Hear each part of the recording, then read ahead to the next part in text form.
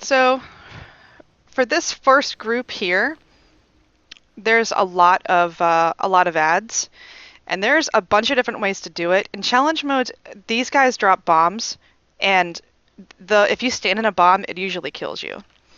So if we clear all the way down, go into the room, and hide behind the pillar, I have found that the best way to do it.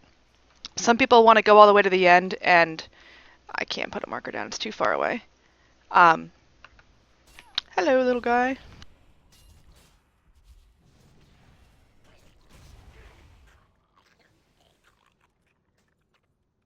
Um, well, we'll just clear this and I'll show you places to stand. Most people do it in one big pull. You can also do it in two if you want to.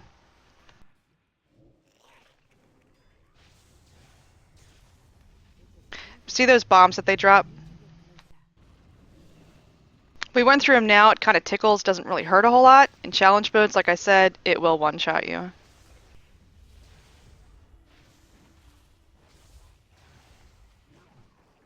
And if your tank isn't paying attention like I just wasn't, you're actually gonna die if I don't pick them up. Also, So see this? definitely don't attack anything. Yeah, see this pretty pink smoke also? That is line of sight, which is a pain. So if you have the tank run through and just kind of do a little bit of aggro, and then you run into this room and run either to the left or the right, you actually go behind. See this pillar that I'm right behind here? You line of sight the whole thing, and you come over here, and then you can drop maybe like one stun. I wouldn't, either you're going to have to completely CC back to back to back to back, otherwise the ads are going to annihilate your tank and hit him so hard at once when they all come off CC. So you have to really chain your CCs, or just put like a capacitor totem down in the beginning, so the first couple that come in don't like aggro your healer, and then just AoE your heart out. For a friend of mine that has Realm Best, they actually chained everything into the boss room and AoE'd off the boss. But he was like, it was pretty hectic. And I believe they had two other healers in there as well, like a druid and a shaman, as well as the regular healer. So that first pull, you'll notice a lot of times in challenge modes too, the first pull is the worst. So we can kill this boss, nothing special. In challenge mode, you want to make sure that you drop your bombs in the corner so you don't aggro, or not aggro, but so you don't blow up the room.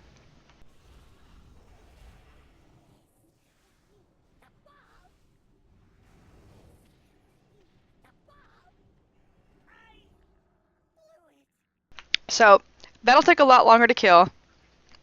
I don't care if you loot or whatever. It doesn't matter to me. There is also a kill count. So you do have to kill these guys that jump over the gate right here,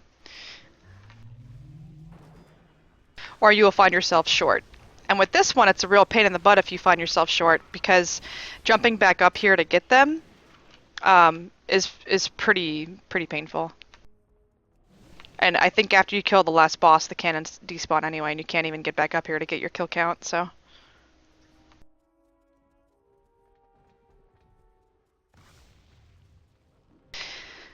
This guy here, if you stay on the bridge, watch the guy underneath, put your camera all the way down. If you jump before he's about to hit, just kind of jump a few times, you don't get stunned.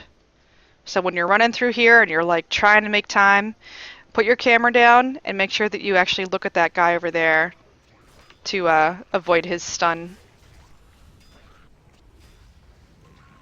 This pack hurts a lot, so you want to maybe do some CCs for that pack when you're coming through here. The wind guys are important to interrupt. For this last pack, you only need one of them. So if I frog like the middle one and somebody ice blocks the last one, or a mage sheeps it or something, we'll just kill him now because it's heroic, so it's no big deal. But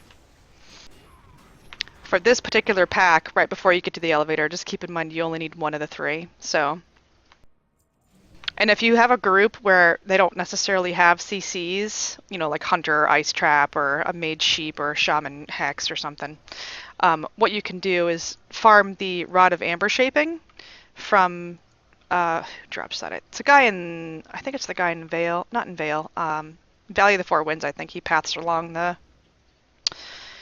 stream. It's like one of those toys that you just throw a big blob of amber on somebody. So for this boss, when we get up here, she's pretty normal. You just have to watch where you're standing. Don't stand in poison when the other guys come down. And she does an ability in challenge modes that I just call the death hug. No, I'm terrible with names, so I apologize if I don't remember all the names, but it's like this hug thing where she just will squeeze the life out of somebody. So as a healer, you need to be aware of that. Throw a shield on them, penance them for some grace, and uh, basically just make sure they don't die. Yeah, pray time. Thank you. So we can just blow her up right now.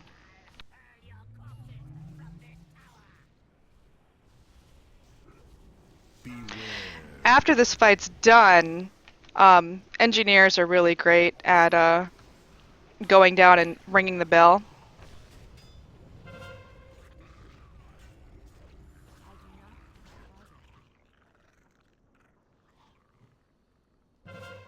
So again, in challenge modes, be careful where you stand.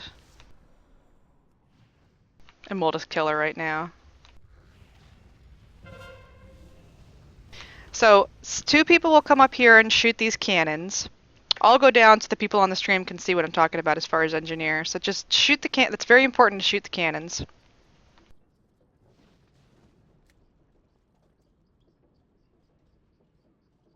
And then as a ghost wolf and an engineer, I can basically hit my rocket boots and go pretty quickly. Ready?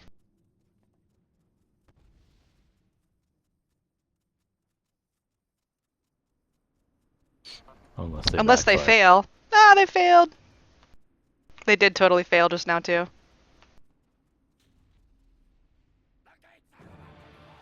For the cinematic, obviously skip it. Don't sit there and watch it when you're worried about time.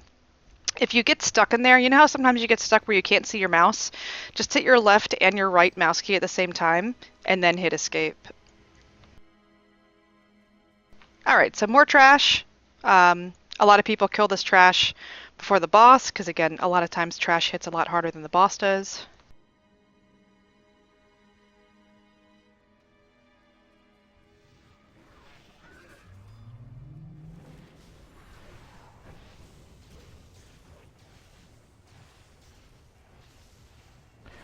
So make sure you have the wind shapers targeted and interrupt them, or they're gonna eat your tank alive.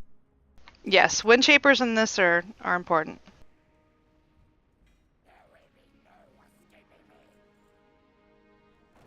Know ahead of time also who's doing the cannons at the end for the final boss. So you don't get up there and go, who wants to go? Do you want to go? I'll go. Do you want to go? If you have a melee DPS, it should be at least him and someone else. Yeah.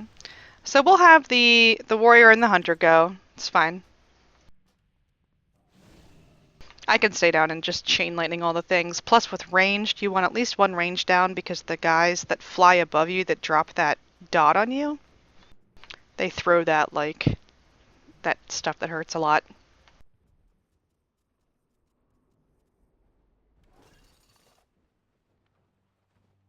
Oh, I think I know why my rocket boots failed, because I was holding my vent key down while I was pushing it, and it was like, I don't understand that key combination.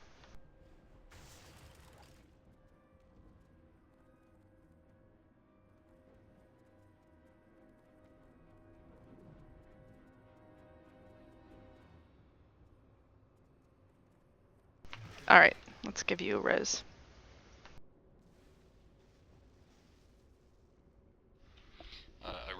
I heard somewhere that speed boosting on that last little stretch might be a bad idea, specifically for this reason. You're gonna jet past that little ledge that you want to kind of work your way down. Oh, not here. Not here. You don't want to speed boost here. I'm just wondering why my boots didn't. Maybe I'm a baddie in this belt. I didn't put it on this belt or something. Oh, that would be why, because I didn't put it on this particular belt. Mer. That's why. I don't have a tinker. Fly right into the boss. Yeah, yeah. No, I'm talking about when you have to go after the boss that does the death hug. That one is where you want to. I know what you mean, but I just got a little speed boost put on me. Oh, yeah. If you have a priest or a mage, you can levitate down or whatever. So warrior and hunter, you guys can go in the cannons and attack the soft spot just like normal. I'll stay down here with the tank and the healer, and we'll AoE stuff and kill the ads. Again, interruptions are going to be really important.